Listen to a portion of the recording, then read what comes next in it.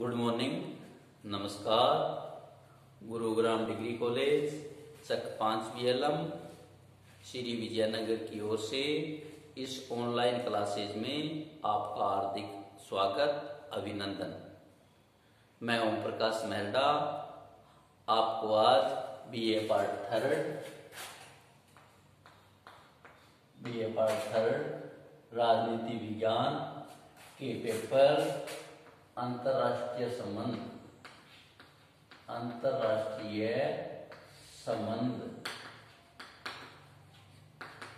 के टॉपिक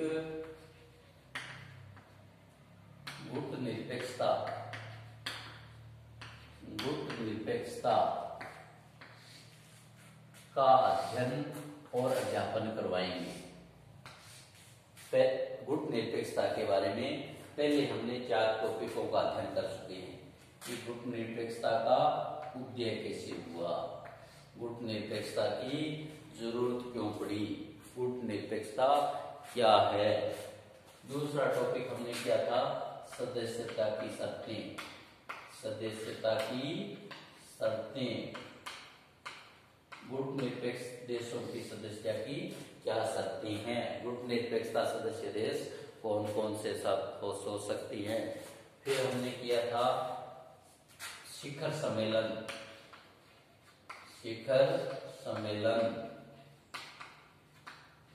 हालांकि गुटनिरपेक्षता में कोई संस्था नहीं है, किंतु फिर भी विदेश मंत्रियों का सम्मेलन, शिखर सम्मेलन और समन्वय समिति की बैठकें 3 पॉइंट मुख्य है जो अपनी नीति निर्धारित करते हैं। फिर है गुटनिरपेक्षता आंदोलन को प्रभावित करने वाले कारक। किन कारकों ने गुटनिरपेक्षता आंदोलन को प्रभावित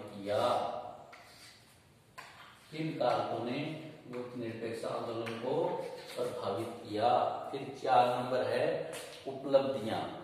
गुटनिरपेक्ष आंदोलन में क्या उपलब्धियां रही,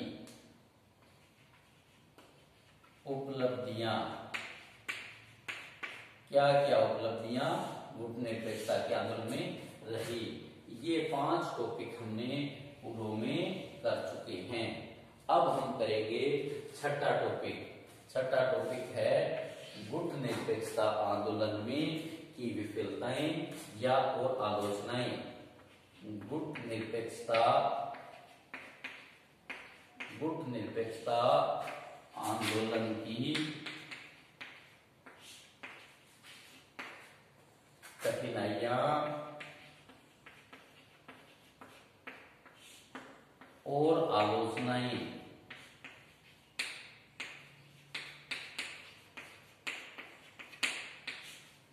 कोई भी टॉपिक किसी भी कार्य को करने में उपलब्धियों के साथ साथ उसकी कमियां भी होती है। इसी प्रकार गुटनिरपेक्ष आंदोलन में कठिनाइयां भी आई, कुछ कमियां भी रही, कुछ आलोचनाएं भी रही। अब आलोचनाएं किस प्रकार से हुई, किन बातों की आलोचनाएं हुई, ये चीज हम मुख्य रूप से पढ़ेंगे। नंबर 1 आता है हमारा आलोचनाओं में। जो आलोचना करने वाले लोग हैं वे गुटनिरपेक्ष देशों को अवसरवादी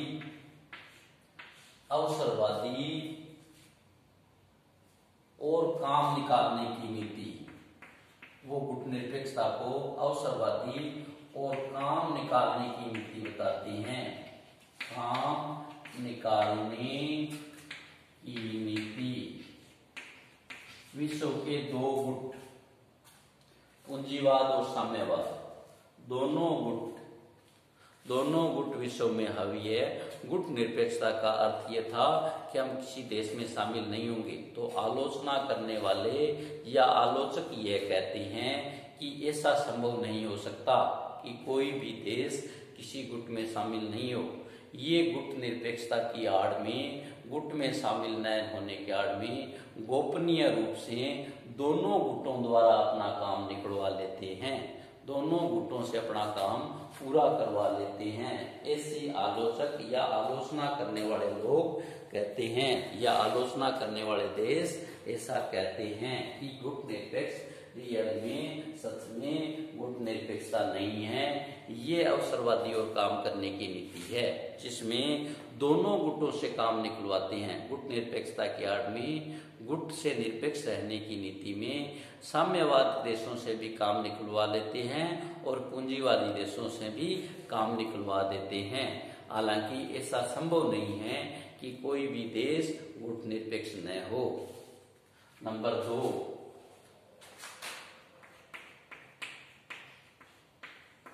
सिद्धांत उपयुक्त। सिद्धांत उपयुक्त किंतु अव्यवहारिक। सिद्धांत उपयुक्त किंतु अव्यवहारिक नीति। सिद्धांत में हम मान सकते हैं कि गुट निरपेक्ष है, गुट निरपेक्षता एक नीति है, किंतु व्यवहार में हम बिना गुट नहीं रह सकते। भारत, यूगोस्लाविया और फ्रांस तीनों देशों ने मिलकर गुट निरपेक्षता की शुरुआत की, किंतु शुरुआती दशकों में भारत का झुकाव साम्यवाद की तरफ रहा, फिर अरब साम्यवाद की तरफ रहा, फिर पूंजीवाद की तरफ रहा। यानी गोपनीय रूप से या अव्यवहारिक रूप से ये बात कही जा सकती है कि कोई भी देश गुट निरपेक्ष नहीं हो सकता, कोई भी देश विश्व में बिना गुट नहीं रह सकता, कोई भी देश विश्व में बिना किसी शक्ति के सहारे नहीं रह सकता। इस प्रकार सिद्धांत के रूप में तो हम बोल सकते हैं कि गुट निरपेक्ष है, किंतु व्यवहार में गुट निरपेक्ष नहीं है। व्यवहार में कोई न कोई देश किसी न किसी गुट पर निर्भर रहता है।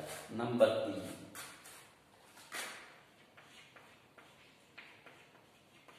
बाह्य सहायता पर निर्भर विश्व का कोई भी देश, विश्व का कितना भी विकसित देश है, वो पूर्ण रूप से निर्भर नहीं है। इसलिए उसे कुछ चीजों की, कुछ वस्तुओं का आदान प्रदान करना होता है। इसलिए उन वस्तुओं के आदान प्रदान हेतु हमें दूसरे देशों की सहायता की जरूरत होती है, बाहरी सहायता की जरूरत होती है।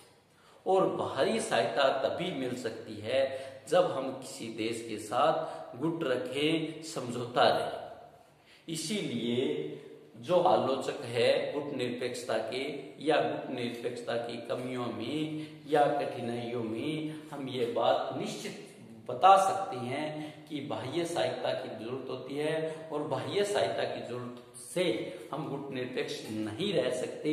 और गुट निरपेक्षता के मार्ग में सबसे बड़ी कमी है पूंजीवादियों की तरफ हमें तकनीकी जरूरत होती है, हमें अस्त्र शस्त्र की जरूरत होती है, अरब देशों से हमें पेट्रोलियम पदार्थों की जरूरत होती है। इस प्रकार से हर देश को दूसरे देश से सहायता की जरूरत होती है। और बाहरी सहायता प्राप्त करने के लिए, बाहरी सहायता के लिए हमारी ये सबसे मुख्य कमजोरी है, हमारी ये सबसे मुख्य कमी है कि हम कोई भी देश, हम मतलब कोई भी देश गुट निरपेक्ष देश गुट निरपेक्षता नहीं रख सकता। इसलिए ये गुट निरपेक्षता की सबसे बड़ी कठिनाई, कमजोरी है कि हम गुट निरपेक्षता में नहीं रह सकते। नंबर 4, गुट निरपेक्षता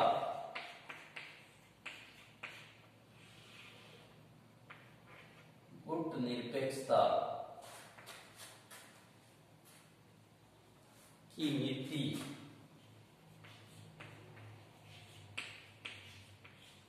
गुट निरपेक्षता की नीति किसी तरह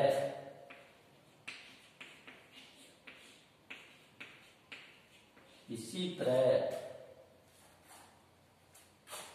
सुरक्षा का साधन नहीं, किसी तरह सुरक्षा का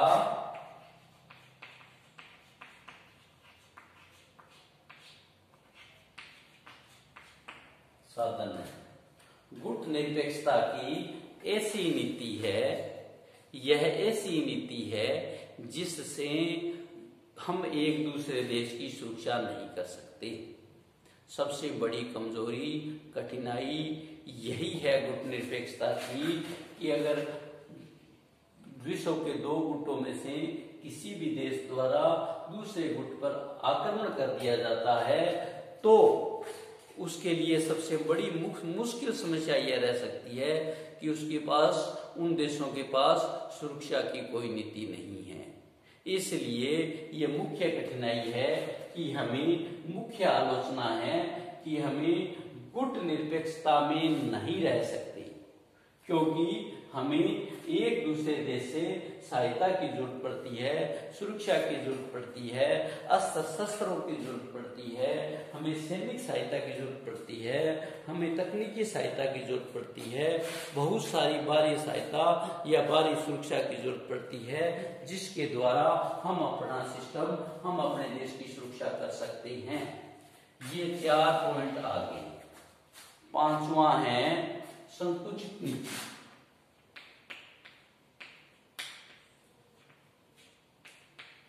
संकुचित नीति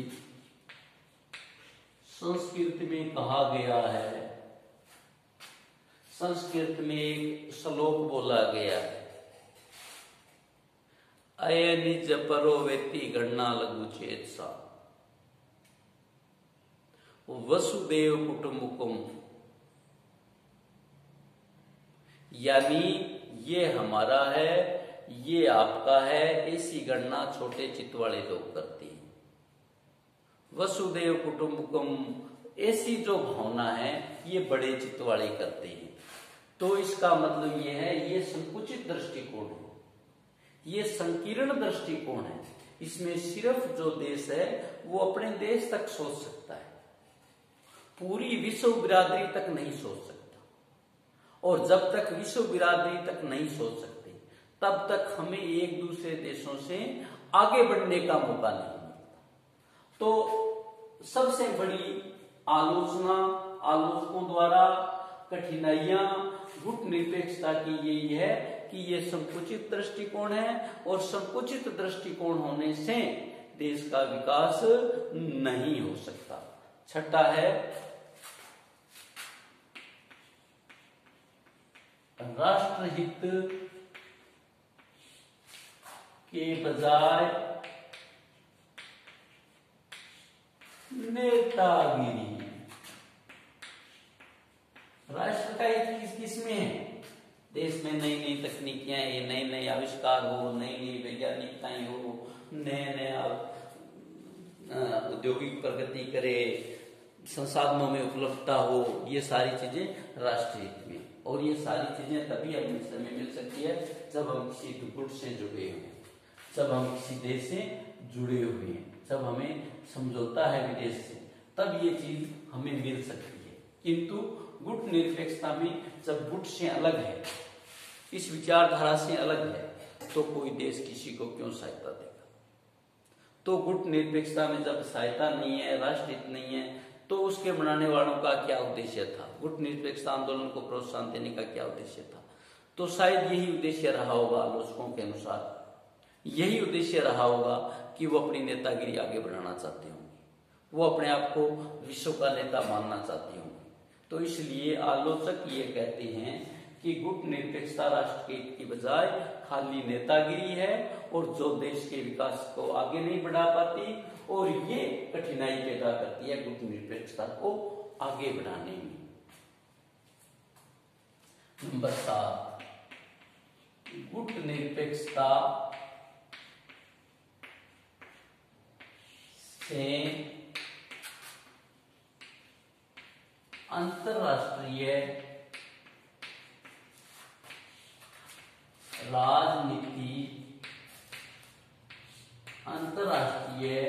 राजनीति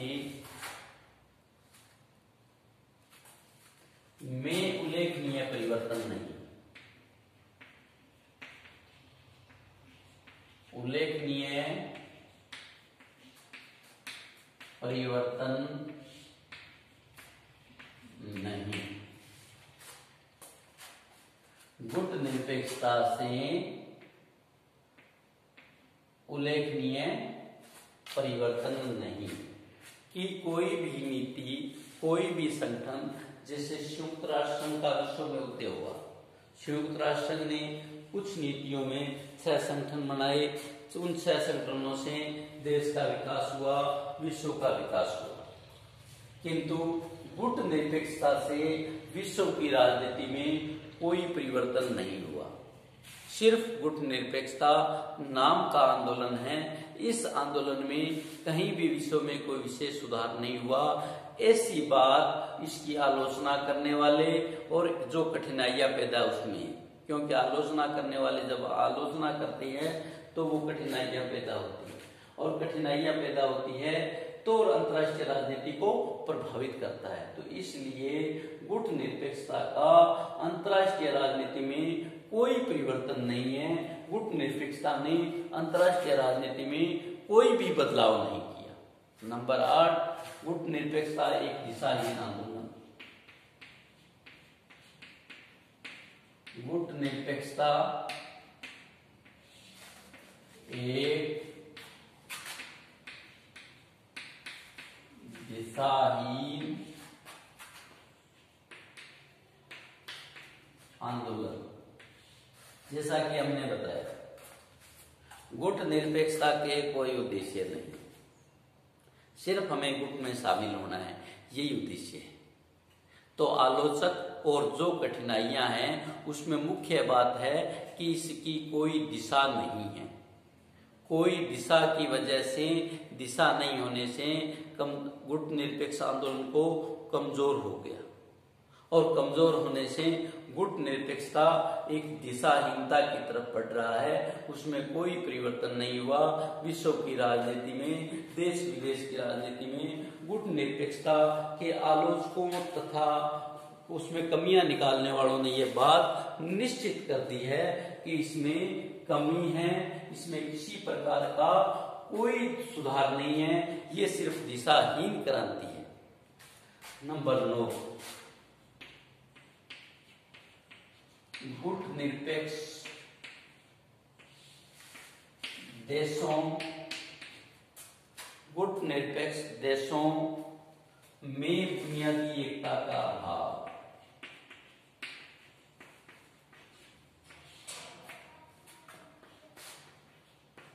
बुनियादी एकता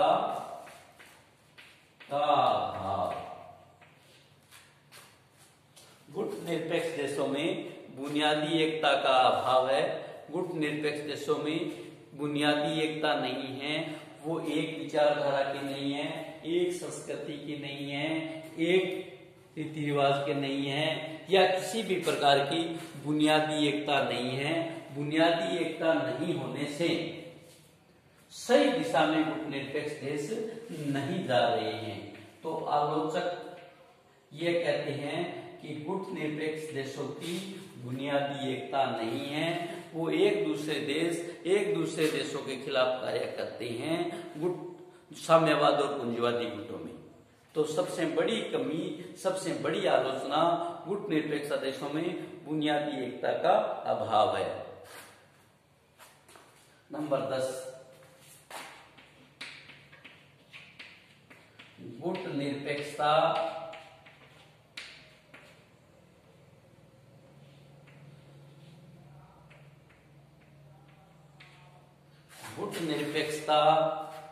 एक मूल्य रहित पैंतरा मात्र, एक मूल्य रहित पैंतरा मात्र। समझ गए? गुट निरपेक्ष में किसी भी प्रकार का मूल्य नहीं है। नैतिकता, आदर्शवादता, इस प्रकार का कोई भी मूल्य नहीं है। ये सिर्फ पैंतरा, सिर्फ लोगों को, सिर्फ एक दूसरे देशों को दिखावटी गुट निरपेक्षता है। और कुछ नहीं है। इसलिए इसकी आलोचना करने वाले, इसमें कमियां निकालने वाले, इसमें कठिनाई आने में विद्वान लोग ये कहते हैं कि गुट निरपेक्षता एक पैंतरा मात्र है, एक खाली पैंतरा है।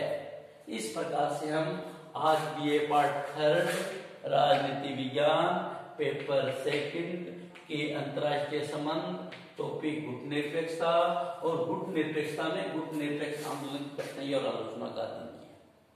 गुट निरपेक्ष आंदोलन की कठिनाइयां और आंदोलन की आलोचनाएं क्या थी?